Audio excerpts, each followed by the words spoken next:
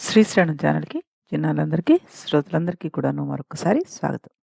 నిన్నటి వరకు మనం ఇందుమతి దేవి స్వయంవరం, అజుడి పెళ్లి, ఆ తర్వాత అతడు ఏ విధంగా యుద్ధం చేసి రాజ్యానికి తిరిగి వచ్చాడు ఇందుమతితో సహా అన్నది తెలుసుకున్నాం. ఇప్పుడు అజుని పట్టాభిషేకం అన్న విషయాన్ని మనం తెలుసుకోబోతున్నాం అన్నమాట. రఘుమహారాజు ఇంకా వైవాహిక కౌతుకం వదలని అజుడికి మరొక ఇందుమతిని సమకూర్చాడా అన్నట్లు రాజలక్ష్మిని కూడా సమర్పించాడు అంటూ కాళిదాసు గారు ఈ శీర్షికను మొదలుపెట్టారు. అంటే ఇక్కడ రాజ్యలక్ష్మిని అంటే మనం ఇంకెవరో అమ్మాయిని అని అనుకోకూడదు. మనకి ఐశ్వర్యాన్ని లక్ష్మి అని రూపంతో చూస్తాం కాబట్టి ఏ ఐశ్వర్యమైనా సరే అది. సంతానం ఒక ఐశ్వర్యం. ధనం మామూలుగా మనందరం చెప్పుకునే ఐశ్వర్యం. కానీ వీటన్నిటికీ కూడాను మనం ఏం చేస్తాం? పక్కన లక్ష్మి అని చేస్తాం. అంటే ధనలక్ష్మి, సంతానలక్ష్మి, వరలక్ష్మి ఇలాగా మన ధర్మంలో మనం ప్రతిదానికి ప్రతీదీ కూడాను ఒక ఐశ్వర్యం కింద చూస్తాం. ఆ రకంగా ఈ రాజ్యాన్ని కూడా ఐశ్వర్యం కింద చూసారు గాబట్టే దాన్ని రాజ్యలక్ష్మి అన్నారనమాట. ఈ రాజ్యలక్ష్మిని అంటే ఈ రాజ్యాన్ని కూడాను ఈ ఇందుమతి దేవితో పాటు రెండో భార్యలాగా ఆయనకిచ్చారా అన్నట్టుగా ఈ రాజ్యాన్ని కూడా ఆయనకి సమర్పించేశాడు. సాధారణంగా రాజపుత్రులు దుష్కృతాలైనా చేసి రాజ్యాన్ని స్వాధీనం చేసుకోవాలని ప్రయత్నం చేస్తారు.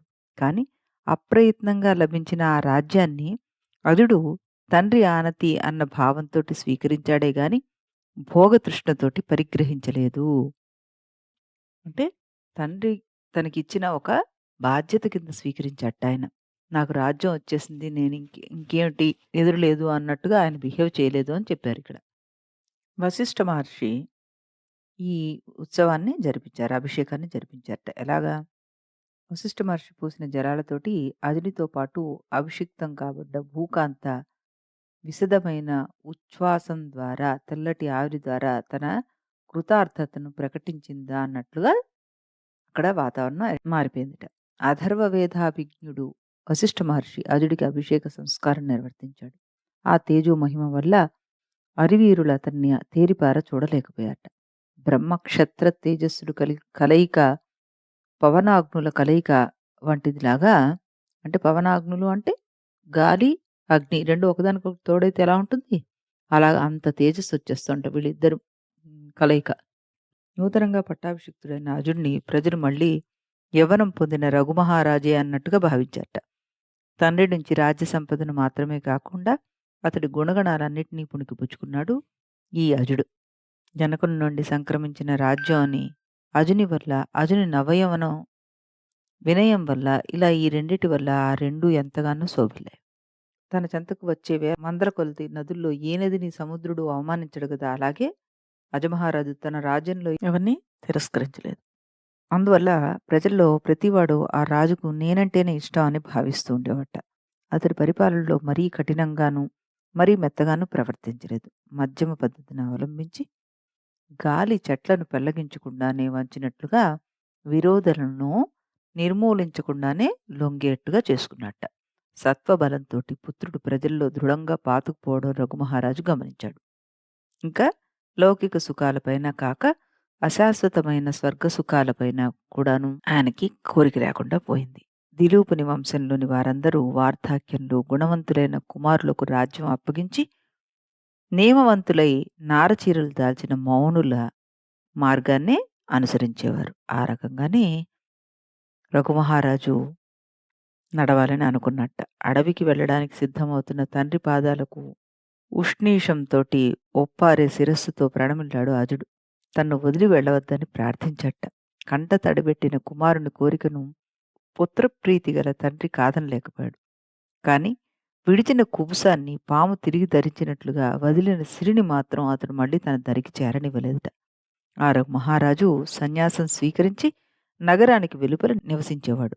కుమారుడు అనుభవిస్తున్న రాజ్యలక్ష్మి ఆ మహామహునికి కోడలుగా శుశ్రూష చేస్తుందన్నమాట. అంటే ఆయన సన్యాసాశ్రమం తీసుకున్నారు కానీ అడవిలోకి వెళ్ళిపోకుండా రాజ్యం యువతల మాత్రం ఉన్నాడు. ఆయన రాజ్యభోగాల్ని అనుభవించలేదు. ముందటి రోజు ప్రశాంత స్థితిలో ఉన్నాడు. కొత్త రాజు అభ్యుదయ పథంలో పురోగమిస్తున్నాడు. అప్పుడు ఆ రాజకులము అస్తమించే చంద్రుడు, ఉదయించే సూర్యుడు కల అంబరంతోటి సామ్యం వహించింది. అంటే ఒక పక్క రఘుమహారాజు గారు, మరొక పక్క అజమహారాజు. ఇద్దరూ అస్తమిస్తున్న సూర్యుడు ఉన్నప్పుడు ఆకాశం ఎలా ఉంటుందో ఆ రకంగా ఉందిట. రఘు కాషాయుధులను, అజుడు ఛత్ర చామరాదులను ధరించి ఉన్నాడు.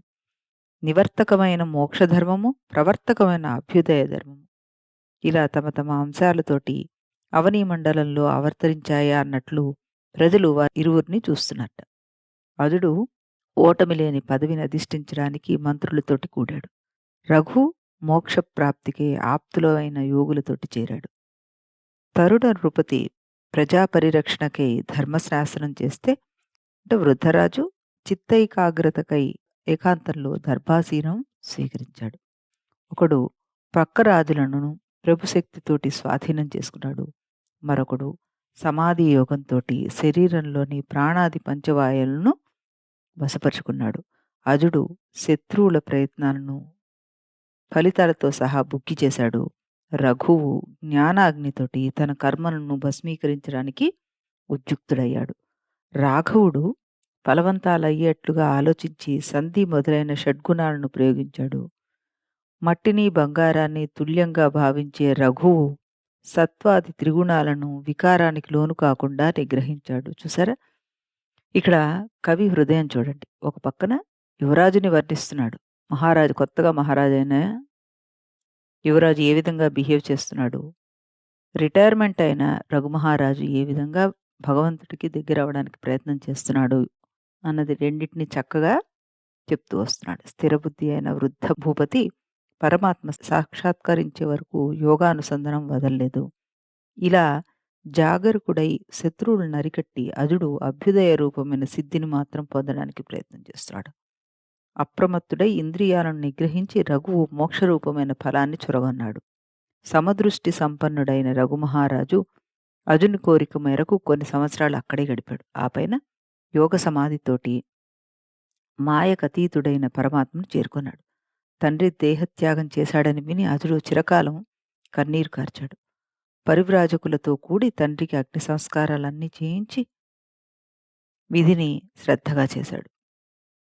అజమహారాజు కేవలం పితృభక్తితోనే జనకుని శ్రాద్ధకర్మని అనుష్ఠించాడు. యోగ మార్గంలో శరీరం త్యజించిన వారు తనయులిచ్చే పిండాన్ని కోరరు కదా. మీ తండ్రి ముక్తి పొందాడు, అతనికి శోకించవద్దు అన్న తత్వజ్ఞుల ఉపదేశంతో క్రమంగా అజుని మనోవ్యధ శాంతించింది. అతడు ధనువు చేపట్టి ఏమాత్రం ఎదురు లేకుండా రాజ్యపాలనని కొనసాగించాడు. మహాపరాక్రమశాలి అయిన అజమహారాజుకి క్షితి, ఇందుమతి అని ఇరువురు భార్యలయ్యారు. వారిలో క్షితి అనేక రత్నాలను ప్రసవించగా, అంటే క్షితి అంటే అక్కడ భూమి అంటే ఆ రాజ్యం. ఇందుమతి వీరుడైన ఒక కుమారుని కనింది. ఇందుమతి సుతుడే సూర్యసమ తేజస్సుడు, దశదిశల యశస్సు చేత ప్రసిద్ధుడు, రామచంద్రుని జనకుడు అయిన దశరథ మహారాజుగా తర్వాత ప్రశస్తి చెందారు. అధ్యయనంతో ఋషి రుణాన్ని, యజ్ఞాలతోటి దేవరుణాన్ని, సంతానంతో పితృరుణాన్ని తీర్చుకుని అజుడు పరివేష విముక్తుడై భానుడిలాగా భాషించాడు. అతని బలం ఆర్తుల భయాన్ని తొలగించడానికి, చదువేమో విద్వాంసుల సత్కారానికి ఉపయోగపడింది. అలా ఆ నరపాలుని ధనమే కాక గుణము కూడా పరులకెంతగానో ఉపకరించింది. ప్రజారక్షణలో ఏమాత్రం ఏమార్పాటు చూపునే ఆ భూపాలుడు ఒకనాడు ఇందుమతితో పాటు నగరోద్యానవనంలో సచీ సమేతుడై నందనవనంలో విహరించే దేవేంద్రునిలాగా వ్యాహ్యాళికి వెళ్ళాడు. దక్షిణ సాగర తీరంలో గోకర్ణ క్షేత్రాన్ని అధిష్ఠించి ఉన్న పరమశివుని చెంత వీణాగానం చేయడానికి నారదుడు అదే సమయంలో ఆకాశ మార్గాన పయనించట. ఆ దేవముని వీణా శిరస్సునందు అలంకరించి ఉన్న దివ్య కుసుమమాల పరిమళాలు విరజమ్ముతూ ఉంది.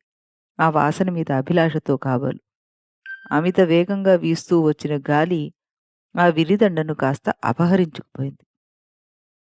ఆ పువ్వుల వెంట పయనిస్తూ ఉన్న తుమ్మెదలు వీణను వదిలి తాము కిందకు దిగాయి.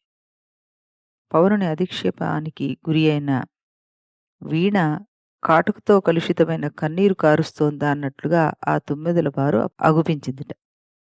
అంటే ఇదంతా దేనికి చెప్తున్నారంటే, దీని తర్వాత ఇందుమతి మరణం సంభవించిందనమాట.